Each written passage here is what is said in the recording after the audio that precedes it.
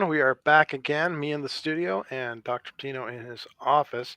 Remember, this is a live show. Please go ahead and put your comments in. Hopefully, we can answer some questions on air.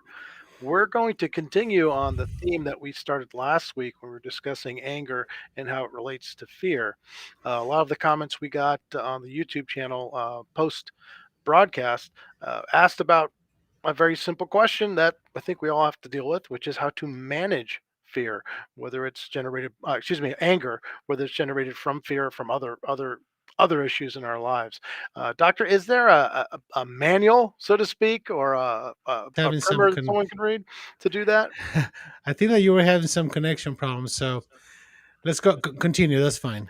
Yeah, just we're just talking about continuing on with what we were talking about last time as anger, in particular how anger is associated with fear. But a lot of the comments that we got in the YouTube channel um, post broadcast asked about ways to manage someone's anger. Is there a primer or a manual or a book out there or a video that someone can watch to help them deal a little bit better with managing their anger?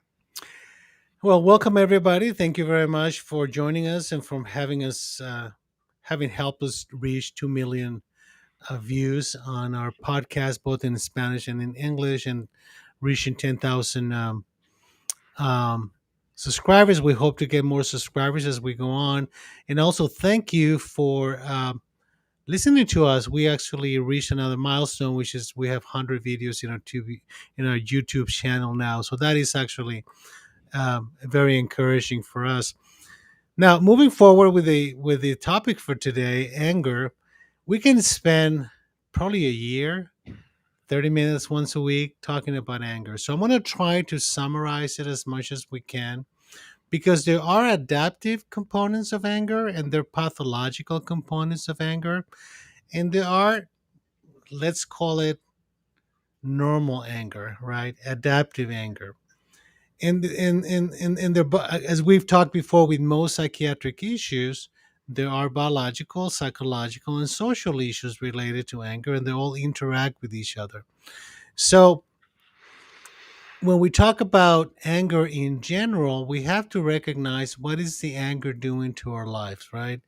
So, for example, there are people who are temperamentally angry since they were born.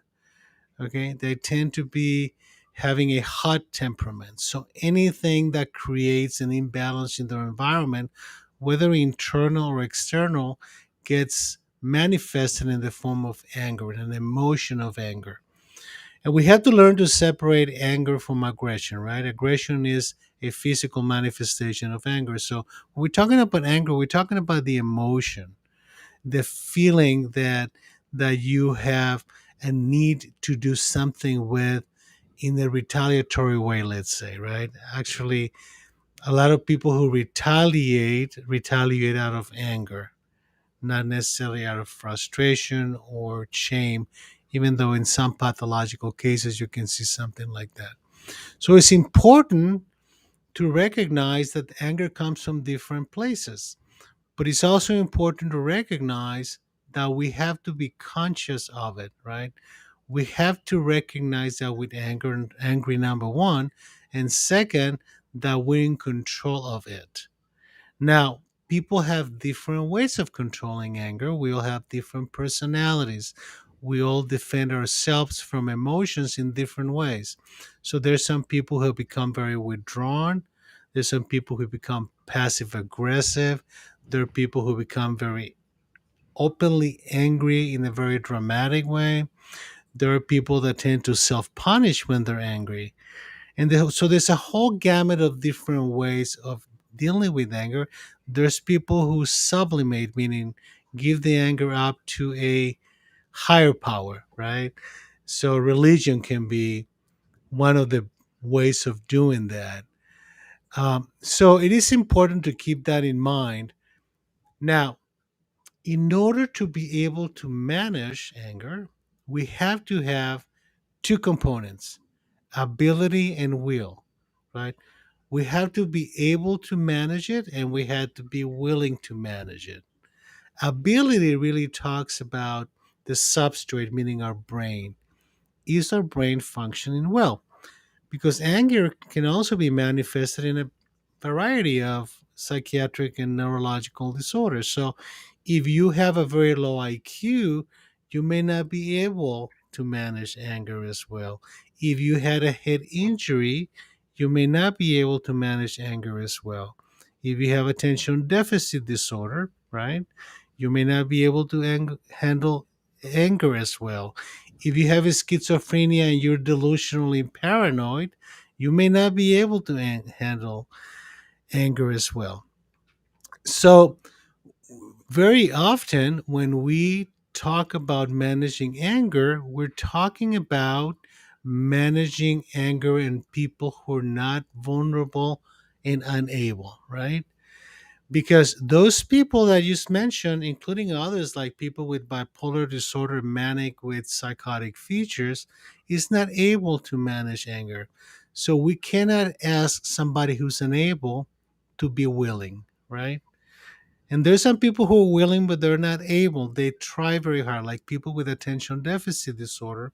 They tend to be wanting to be different and not be so impulsive and aggressive at times, but they don't have the breaks in the brain to do that. So they have to be provided with the ability to be able first, and second, moving to the will part.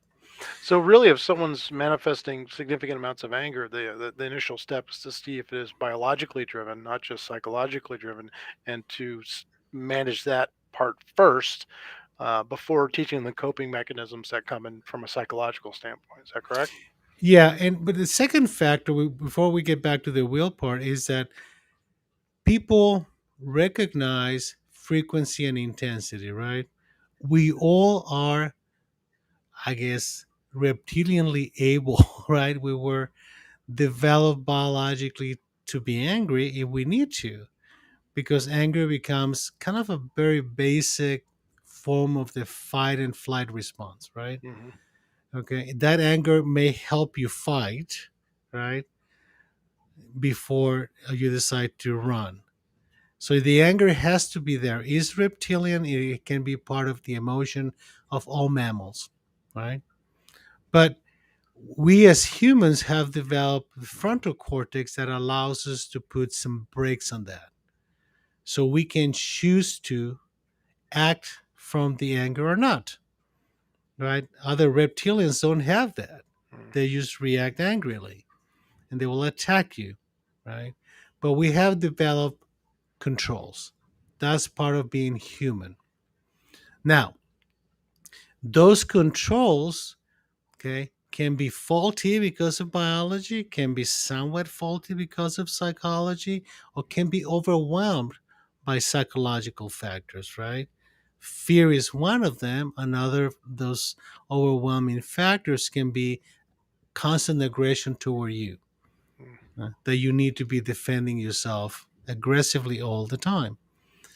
So, if we get back to the will thing, and you were asking the question that if we need to rule out, any potential biological or psychiatric reason for that, the answer is yes and no. Why am I saying this?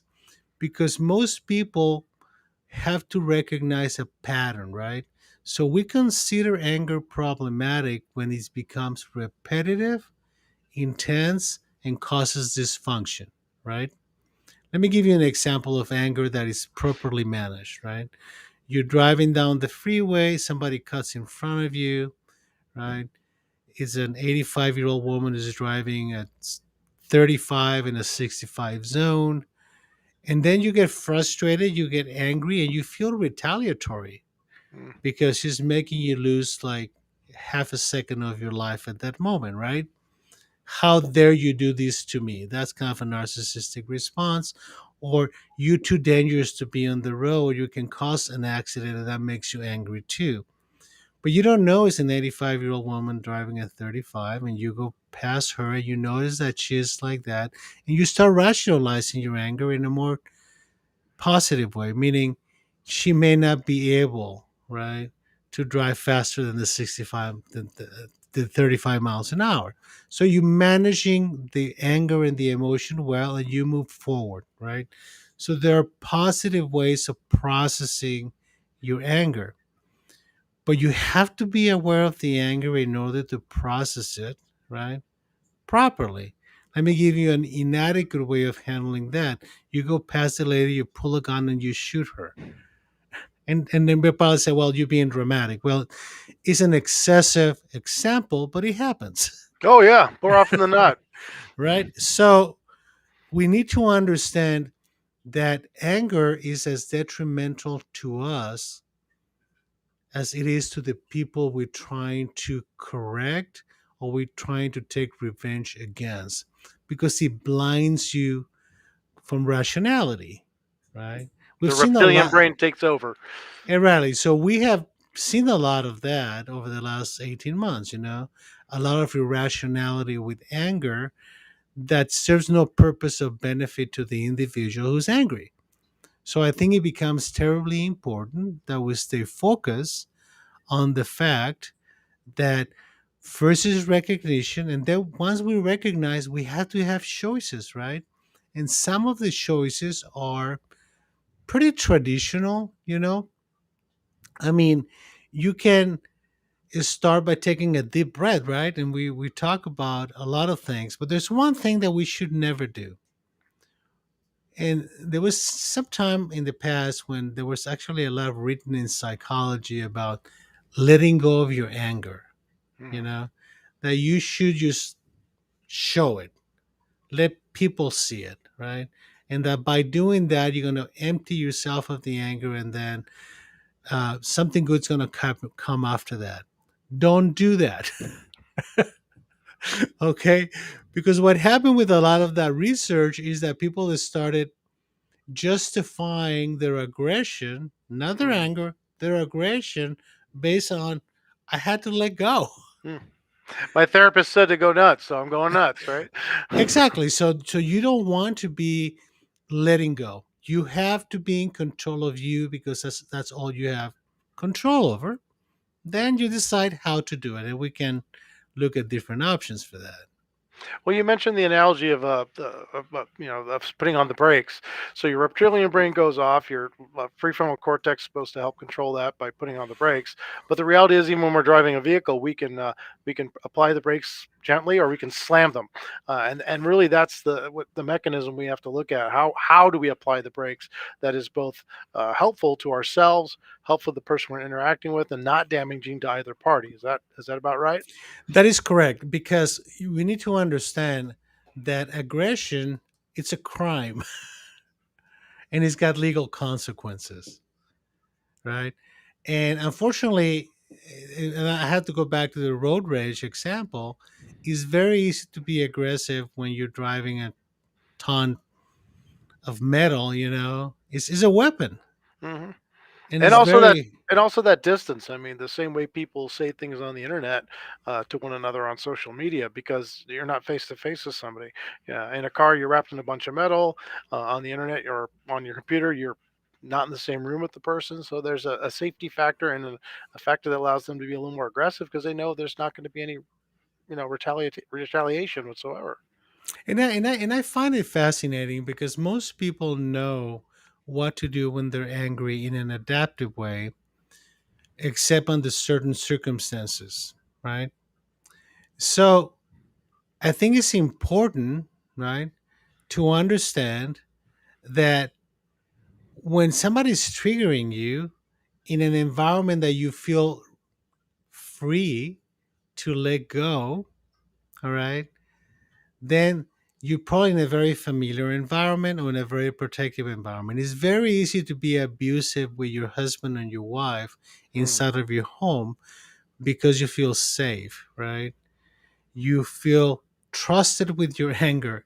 And we need to, in a nice way, start letting people know, okay, that, you know, I hear you, but you look very angry, right?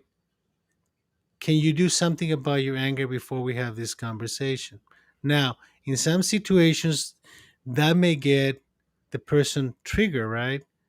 But I think it's very important for us to listen more to the angry person, okay? but not to criticize them, in not being judgmental, not telling them your anger is bad, you're a bad person because you're angry, You know, but to I interviewed a person from the Attorney General's office, law enforcement guy, and he had a couple degrees, a master's degree, a lot of degrees in other things in psychology. And he says the greatest weapon he sees as a law enforcement agent that he can use out there is empathetic listening. exactly, and we've been talking about this for the last 2 years. So what is very important is to not feel that you have to defend yourself against criticism and rejection. We're being asked a question right now, which is, okay, my family members seem to trigger my anger. Is the need to be heard and accepted for who I am? How do I put on the brakes before my anger gets out of control? And the way to put on the brakes is to recognize that we don't necessarily have to be heard, we don't necessarily have to be accepted, but we have to be loved. We talked about be settling for love, right? So once you start feeling the anger coming out, it's very important to take a deep breath and take the power away from the other person, okay? To make you feel doubtful of yourself, to make you feel insecure.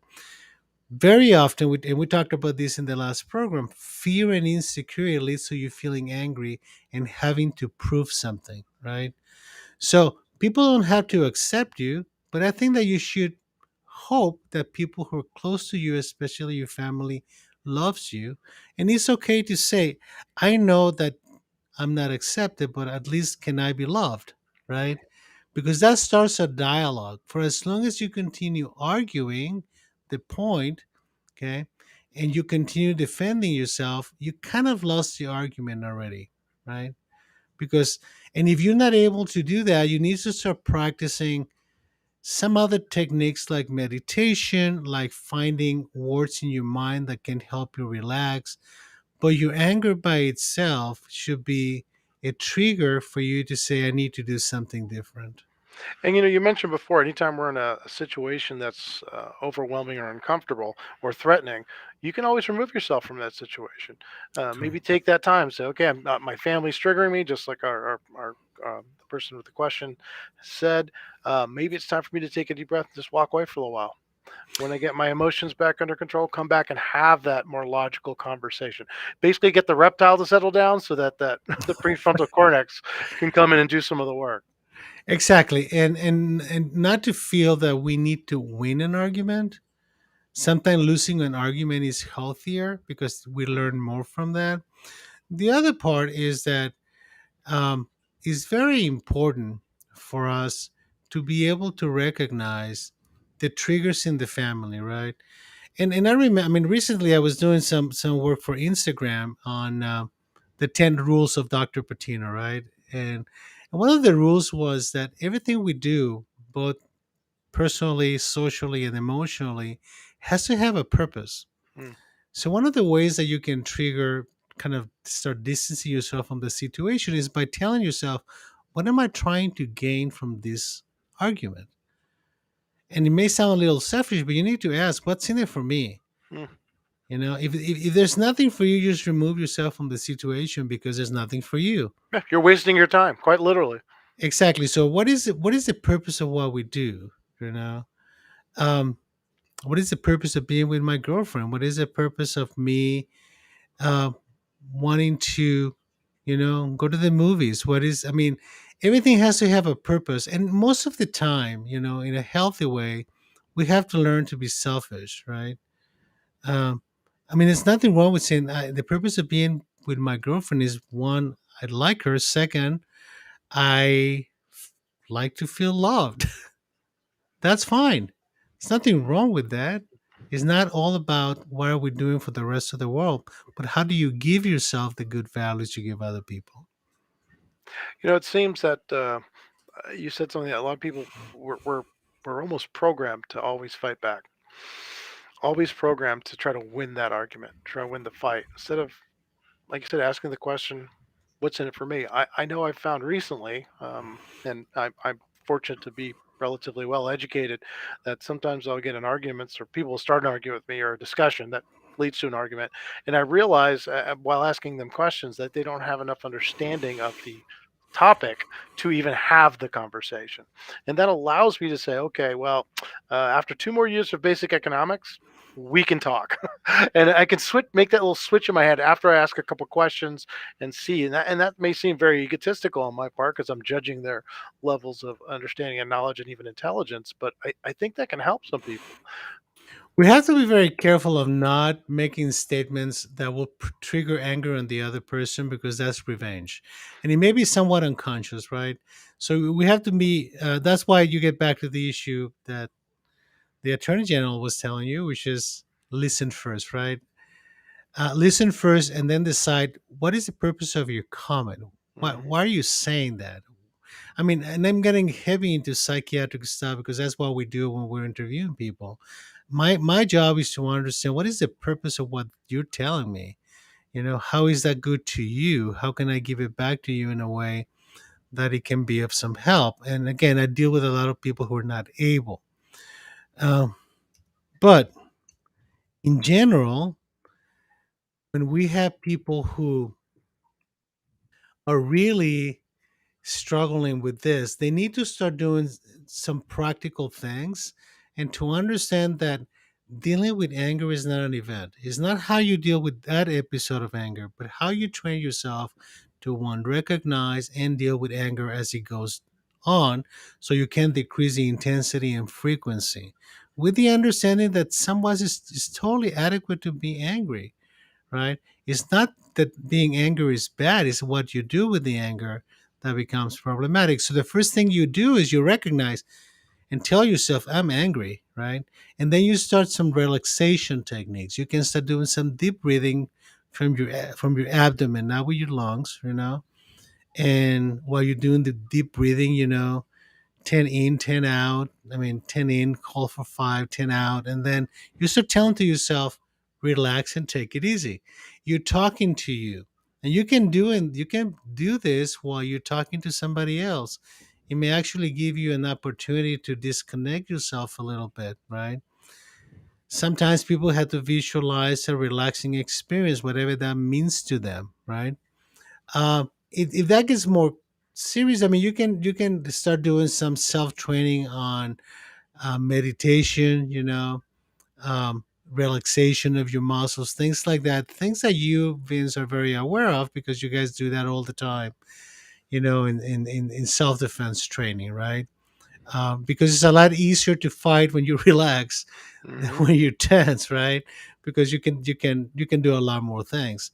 Now, when things get a lot more complicated, it's also very important to start changing your way of thinking, right? And sometimes you can do that by yourself. Sometimes you can do that with professional help or a coach. Um, so you can start changing your pattern, right? Let me give you an example.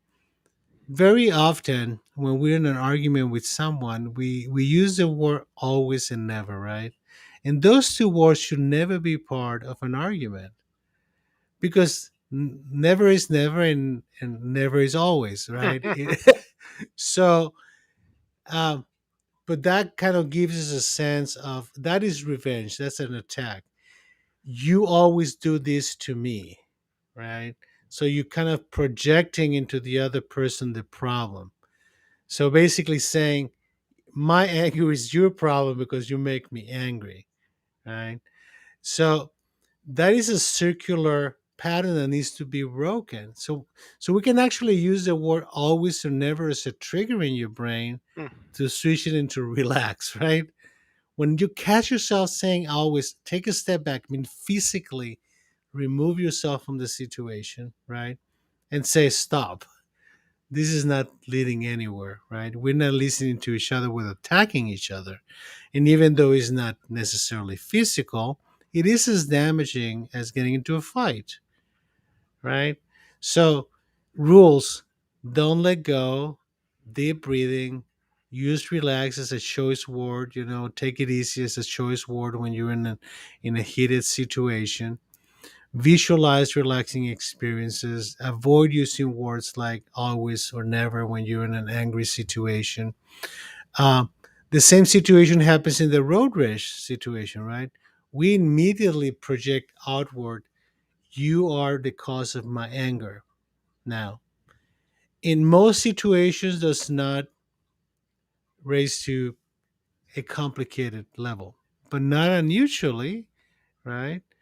If you have somebody who has serious narcissistic vulnerabilities and you cut them on the road, and if they have a gun, they may shoot you because it's not what you did. In the narcissistic rage situation, was the extreme form of aggression, is because you're doing it to him or Mm, to her. It is personal. You're questioning their value. You're hurting their self-esteem, and they have to discard you. Okay, they have to make you disappear. And we've said this before. Narcissistic rage is the most destructive, unconscious emotional force probably in the world. Okay, in terms of psychology and personal level, a narcissistic rage can get people very seriously hurt. And we see that in a lot of the narcissistic domestic violence and the narcissistic rage homicide. We see that a lot on antisocial type of patients. And in some cases, the patients with borderline personality disorder who are all kind of narcissistically disordered. So, they take it personal at an unconscious level. Okay. mm. They may not even know what they're doing. And those are the people who are always seeking revenge, and are that's really what that moves toward. That they have to do something. They feel so personally offended, they have to do something that balances that out. Well, yeah, we see that in social media with people who are stalkers, right? And the stalker is not after you just because you're famous. It's after you because they feel that they deserve you. And who are you to not pay attention to me? Mm. That's usually the dynamic. There might be a delusional dynamics, which are a lot more serious and complicated, but in general, they feel entitled to you. They may not even know that, but your rejection creates some degree of rage, okay, in a retaliatory type of process that is going to lead to them stalking you. Mm. You're going to pay attention to me whether you like it or not. And they don't understand the dynamic, and that can get them in pretty serious legal trouble, right? So when it comes to managing anger, you said earlier, it's really important to see what's causing that anger. Is it biological? Is it psychological? It's just your quote unquote triggers we all have. Being aware of them as much as possible. Once you've found out or made a determination whether it's something you can control or not because of the biological aspect, then to move into that, again, that determines whether you're able to do something about it without help, and then look at being willing to do it. In that case, is just really finding some methodologies, like you said, the breathing. I know in my world we have something called tactical breathing. It's taught all over. Every organization does it. 4 second breath in, hold it for 4 seconds, 4 second breath out, hold it for 4 seconds. That's cyclical breathing. It's taught for stress, taught for uh, uh, shooting, whatever it is, to get the person calmed down. I've even heard that it's been used while arresting a suspect. Person continuing to fight, policeman is literally on top of them and starts speaking to them. Hey, just do a little bit of breathing for me, and we'll talk them through it. And it tends to calm people down who even to a point of violence at that point. Once they're somewhat subdued, the breathing really is the key to calming them down.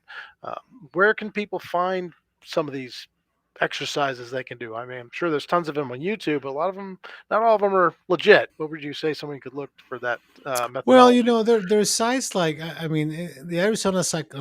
the American Psychological Association has a lot of material that you can utilize to help you with guidance. There's self support groups for anger management. Um, there's training for anger management. There's self directed training that you can go to Amazon and get a uh, booklet. The issue is it's not as much the technique, but the will, right? Mm, That you have recognized you have a problem, you need to do something about it. That by itself is terribly important. Once you engage in the process of learning how to manage your anger more adaptively, speaking for people who don't have psychiatric issues, then you can start practicing because it's not what you know, It's how you practice it that makes you feel comfortable, because practicing something different is a risk. You're going to do something you haven't done before, and people may react differently to you, you know. But there's nothing wrong with telling people, I'm practicing handling my anger in a different way. I'm not going to be perfect, but I'm willing to try it. If that doesn't work and people continue having intense anger, intense difficulty, and frequency, and a lot of consequences from it, I really recommend they start seeing a counselor that is experienced in managing anger. And I would say most psychologists are pretty experienced in doing that, to engage more in a more directive training, meaning cognitive behavioral therapy, dialectic behavioral therapy, to learn more adaptive ways to learn to manage your anger. Now, purpose is important again. I have to say this once more. The purpose of you learning to manage your anger better is because it's good for you. Not good for your relationship, not necessarily because it's good for your kids, not necessarily because it's good for your extended family or because of your job. It is good for you. Once you learn to manage your anger yourself and learn that you're in control of it and that you have techniques to manage it, then everybody's going to start falling into place. And if it doesn't, if somebody doesn't like you being less angry, that's a problem, right? Hmm. That person needs to start looking at, why I don't like him not angry. And that's an analogy from what we see in alcoholism. People who met the person with the alcoholic problem and grew up with the person with the alcoholic problem while drinking, met him drinking, grew up with him drinking, had children with him drinking or her drinking, and then you get into I'm going to be sober. All of a sudden, you find yourself with somebody you don't know, Hmm. a totally different person. So that in itself can be problematic. So if you have a chronic issue with anger, you need to let people close to you know, I'm trying to do things differently. I want to listen better. I want to have less arguments, but it's my responsibility to do it, not you. So that also starts with not blaming others for anger. Well, it's really about empowerment then, personal empowerment. Absolutely. And I'm sure we're going to be talking more about this as time goes by, right? Of course, I have a question that I'm sure we could do a whole show on, which is what's the difference between anger and rage? But we'll hold that for maybe next week or down the road, since we're at the end of our time. Once again, Dr. Pino, appreciate you spending this time with us, sharing some of your wisdom. Folks out there, thank you for your questions. We had a couple of live questions on air. Appreciate that. Make sure to like, subscribe, share, and follow. And we'll talk to you again next week.